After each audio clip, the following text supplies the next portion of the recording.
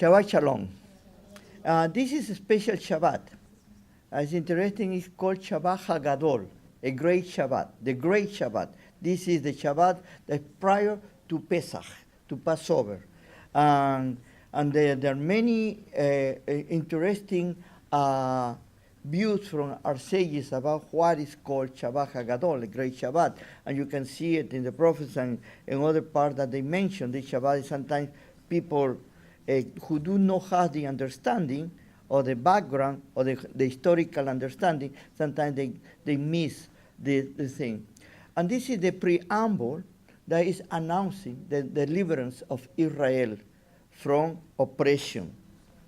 And one thing that we are going to be constantly learning in the Torah is about how the Creator brings a people from nowhere without any kind of special things, only these people to fulfill a mission.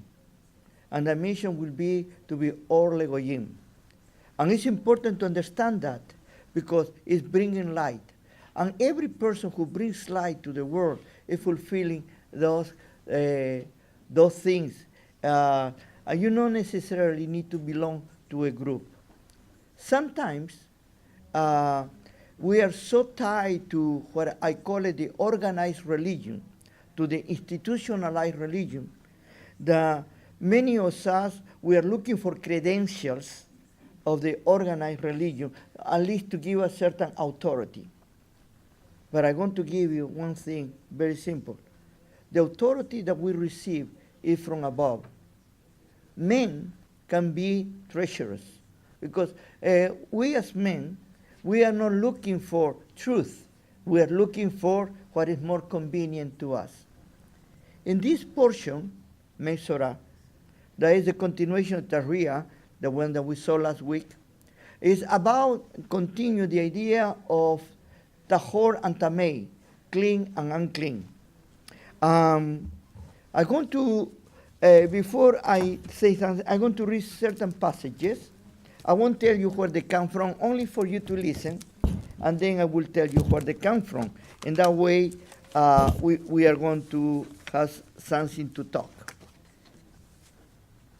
Only few of you, my brothers, should be teachers, bearing in mind that we shall receive a stricter judgment, for we all trip up in many ways.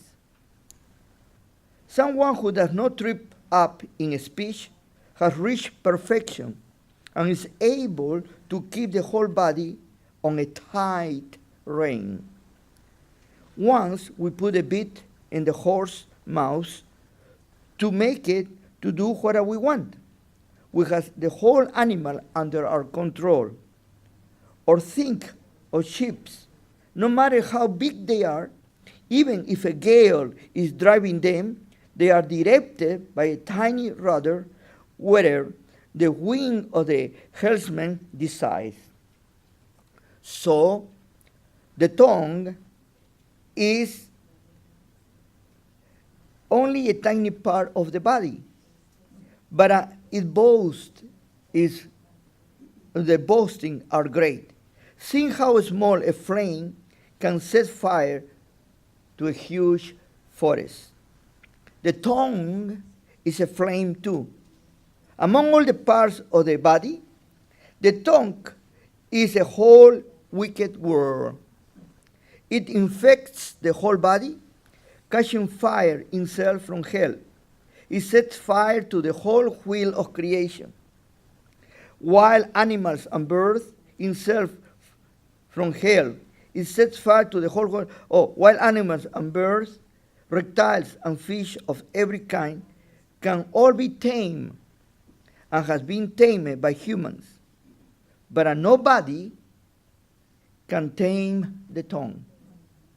It's a pest that will not keep still, full of deadly poison. We used to bless the Lord our Father, but we also used to curse people who are made in God's image. The blessing and curse come out of the same mouth. My brothers, This must be wrong. Does any water supply out of the same fresh water and salt water out of the same pipe? Can a fig tree yield olives? May brothers, or wine yield figs? No more can water yield seawater yield fresh water. Let me go back to another portion.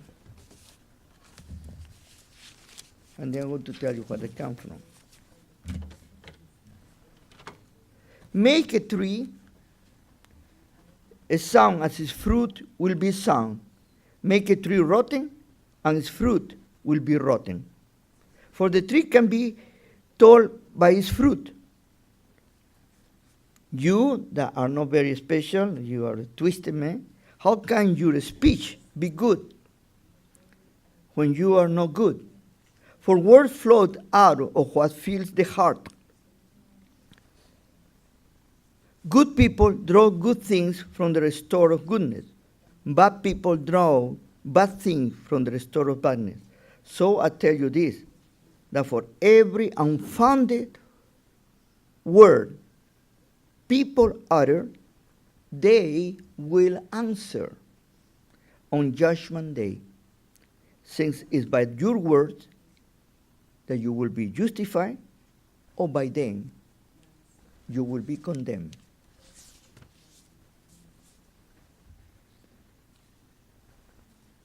These people honors me only with lip service, while their hearts are far from me. The reverence of me worth nothing. The lesson that they teach are nothing but a pure human commandments. Listen and understand. What goes into the mouth does not make anyone tamei. If what comes out of the mouth, that's what makes somebody tamei. I mean, unclean. Then they ask him, how these people are saying those things? And the answer is, any plant that my Heavenly Father has planted will be pulled out of the roots. Leave them alone. These people, the religious people, are pure blind leaders. And a blind is one that leads the people to blindness. Both will fall into a pit. And then he say, can you explain us this a little more clear? And he say, whatever goes into the mouth passes through the stomach and is discharged into the sewer. But whatever comes out of the mouth comes from the heart, and this makes someone unclean. For there, from their heart come evil intentions, murder, adultery, fornication, theft, perjury, slander. These are the things that make a person unclean, tamei. But eating with unwashed hands does not make anybody unclean. Word from Rabbi Yeshua and Rabbi Yaakov ben Yosef. These are found in the so-called New Testament. I use the term so-called because it's not new and it's not Testament, but they are very good writing. I have been told I don't read those words of the people I have forgotten. No, totally. When you find something that's good, keep it and use it. Because this week, is the weeks of the Metzora. And this is the one that has a disease called Sara'at. In our terms, has been translated Sara'at as leprosy. But it really is no leprosy. It is a disease that is totally a spiritual disease. And it's a disease that's eating us up alive. We are tongues. We cut people in little pieces. We are tongue. We bless the Creator. And we are tongue. We speak bad about somebody else. That is what makes us unclean. That is what Yashuv is talking. That is what Jacob is talking. And that is what our Creator is giving the message to Moshe Rabbeinu to write for us at this moment. There are rituals that the Creator left to the people at that time, and rituals that they understood. You know, it's not a hocus pocus at that time, were rituals that they understood that had meaning for them.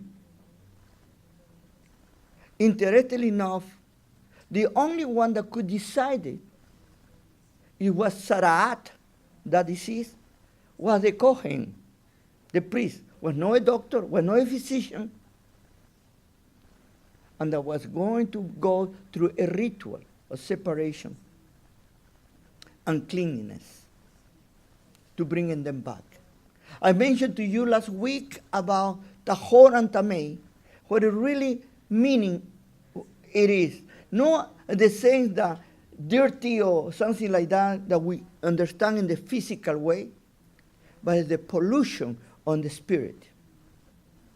And that creates a curtain. The pollution creates a curtain, a fog, that doesn't allow us to get in the presence of the Creator. And we need to lift up that fog in order to be in His presence. My question always is this: what is the fog that is holding you back to have a relationship with Him, that He is waiting for you? And until you don't lift out the fog, you cannot have it.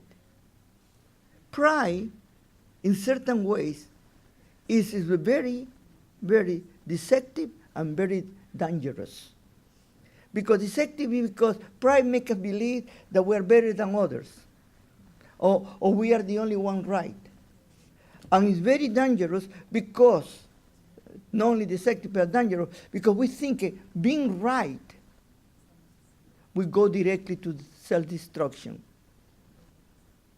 Have you asked yourself about why this portion, the Sarat, our sages have considered that is Lashon Hara, the evil tongue?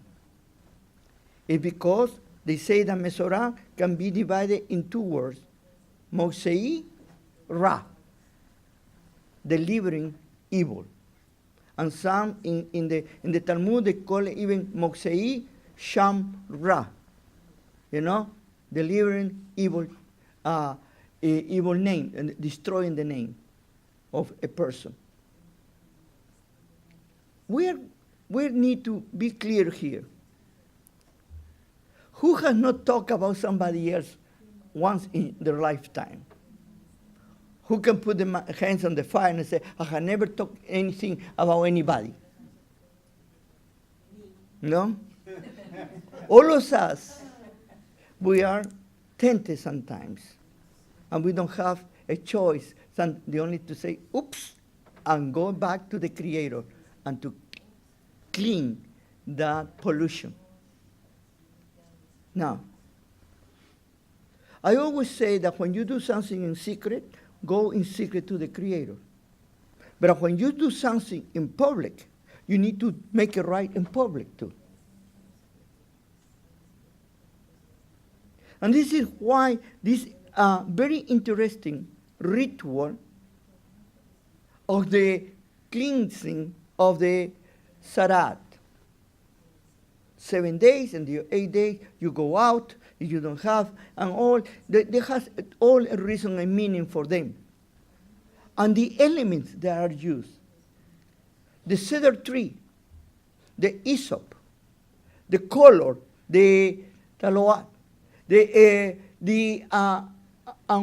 and all of them, the water and the blood, the birds, all of them, they has a meaning for them. The cedar tree is a very strong tree, very proud, pride. And what is the hyssop, the counterpart? Is the lowest of the lowest bushes in the desert. No value. They use it as a sponge or as a broom. You know? And then you have the crimson, the color, the color. Why? Because where comes the color? From worms that they go in their bellies. And what is considered worm is the lowest of the lowest.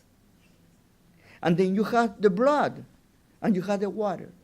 What the blood means? Blood has two ideas, you know, in the people. From one side, blood is life, and from the other side, blood is death. At both sides. I talked about before about the dualistic mentality that the Torah brings to us. Good and bad, tahor and tamei, night and day, male and female, believe me or not. And all of that is to teach us something and to bring a balance. And the balance comes when you are diagnosed that you have the problem. And the problem is not only yourself, comes out. You have been discovered. And then you need to go and do the right things. Your pride needs to be demolished. You need to humble yourself like an hyssop and like a worm. Acknowledge your sin that has done, and go to the process of cleansing. The two birds, one needs to die, and the other going to live. One represents all the evil that has been done, and the new one could represent different things according to different sages. No? But one of those representations is, first of all, that the person who has accepted the wrongdoings can start again. The person who has gone through this process, you know, listen, if you bring or speak about somebody else, those things are spread out. And how are you going to bring it back? It's impossible. That is the death of the animal. And when the animal comes, it's because you are going to come out to make it right. Another way that our sages talk is about, the same way that we talk only about Lashon Hara, there's the other side, Lashon Hatov. To speak good about others. My father, blessed be his memory, he used to say to me, son, if you don't have anything good to say about somebody, don't say anything. Keep your mouth shut.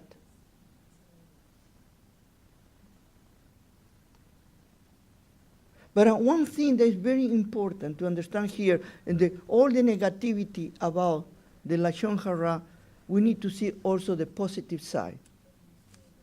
Because like I said to you, there is two sides in everything. When has been the last time that you have praised somebody or acknowledged somebody for doing something good? When has been the last time that you have said to somebody, thank you for all of the things that you are doing? Or thank you for your dedication. Thank you for for your willingness to do this, and thank you for your sacrifices, or whatever. You know, those who are students and go to school. How many times we have gone to our teachers, to our professors, and say, thank you, teacher, thank you, professor, for giving us more knowledge and giving more of yourself. Or when we have gone through a difficult time and somebody has come to help us in those difficult times. Or somebody who has taken the time to put ears in your problems and listening patiently and giving you advice or counseling you. This is Lashon Hatov. Because we are torn, we can destroy or we can build. We can do horrible things, and with the same tongue we praise the Creator. In this duality, all of us, we find ourselves in the middle. There is no one of us that can say, I didn't go through this, or I am not going through this. And we don't need to take this attitude holier than thou. I don't do that. How many times I have heard people saying to me, oh, I don't do that. And they are the first one to do it. You know? I want to tell you something very, here in the community, sometimes I have had people has come to me and said, Rabbi, I need to talk to you. I have something to tell you. It's very important. It's private. Then I asked them to come to my office, and immediately the private thing is talking about somebody else. And they catch me. And my problem, I put my ear. I was not expecting that. But I was caught. What do I do in that moment? What I learned to do was, through a very wise man who gave me this indication, is the only thing that you need to do is as follows. Because you already has polluted me against this person, I give you now the opportunity, or you bring this person right now here to talk the three of us, or you go and talk to this person, and you say what you just say to me, and then we can come with. I remember that happened to me, and I said to this person, sorry, you have polluted me, now you need to go to this person. Oh no, I cannot do that. Then I said, you don't do that? I'm going to tell that person, if you do that, I will leave, never come back. They never come back. What did it tell you about that person?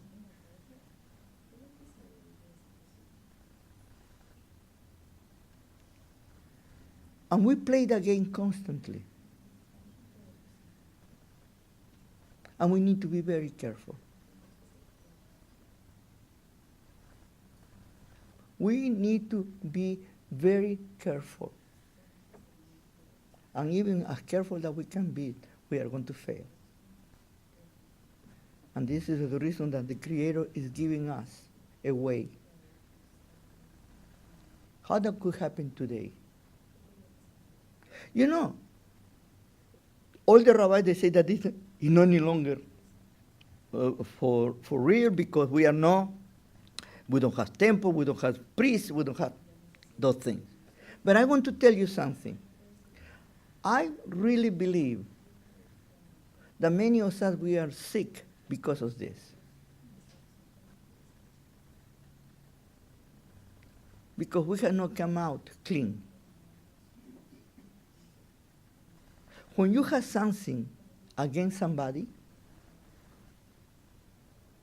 and you hold it, it's auto-destruction, self-destruction. And you will be surprised by how our minds work. And we start getting sick without realizing. And then comes the sarat, the physical part. And the only cure that we can have is when we come directly to the Creator and make it right again. And the healing of Him comes to us. There are many areas here that are very difficult to understand it today, because where these instructions were given for a time and a period where Israel was living. We don't have that situation anymore. But the principles still work. You know, many of the sages, they call it here the rules of making right and wrong to be present on the presence of the Creator. The Tahor and Tamei. But what I would like instead to be a manual of rules and regulations, I would like to see it as a product of principles. And there is nothing better than to see the moral principles of all of us. You know, one of the problems that we are facing today, at this moment, that many of us, we have committed a big mistake, accepting the world's values instead to look at the Torah values. We have put ourselves down and we have committed Lashon Hara. How? Because now we talk that is nothing wrong what the world is telling us about the immoralities. That is okay. Everybody does it. What's wrong with us? And we are part of the problem, not part of the solution. Because we are looking for the acceptance of men, but are not to have a relationship with the Creator. From our mouths come things that are totally contrary to the Creator's teachings. Why? Because everybody says so. Just recently, I am seeing this in the politics. Is the most horrible thing, how people talk against each other without foundation, only because her saying, I heard these rumors. The last thing that happened, I seen, is what happened to President Trump in the United States. And with this investigation that they did with him, they have brought nothing to him. But all these people who created all this drama, no one has said, I'm sorry, I did wrong. They are going to pay, not to the law here, the human law. There is a greater law that we have. And they don't know with whom they are playing. And yet I say to people, doesn't matter that you call yourselves atheist. That won't give you a break. Doesn't matter that you call that you don't belong to that religion and you belong to that religion. That won't give you a break. Doesn't matter that you belong to this group and you don't belong to the other group. That doesn't give you a break. Because for who we are going to be judged is for our kavanah, our intentions. Not your religion, not how fanatic you are, but what really comes from your heart. And that's what Rabbi Yeshua told us. Don't worry about what comes inside. Worry about what comes out of your mouth. It is my desire that in this day, this Shabbat before Shabbat Pesach, that we, the same way that we try to clean our houses from the hametz, let's clean our personal hametz. Yes. There is something that we are holding and keeping inside us. Let's regurgitate. Let's throw it out. Let's ask the Creator to cleanse us and to make it right. Shabbat Shalom.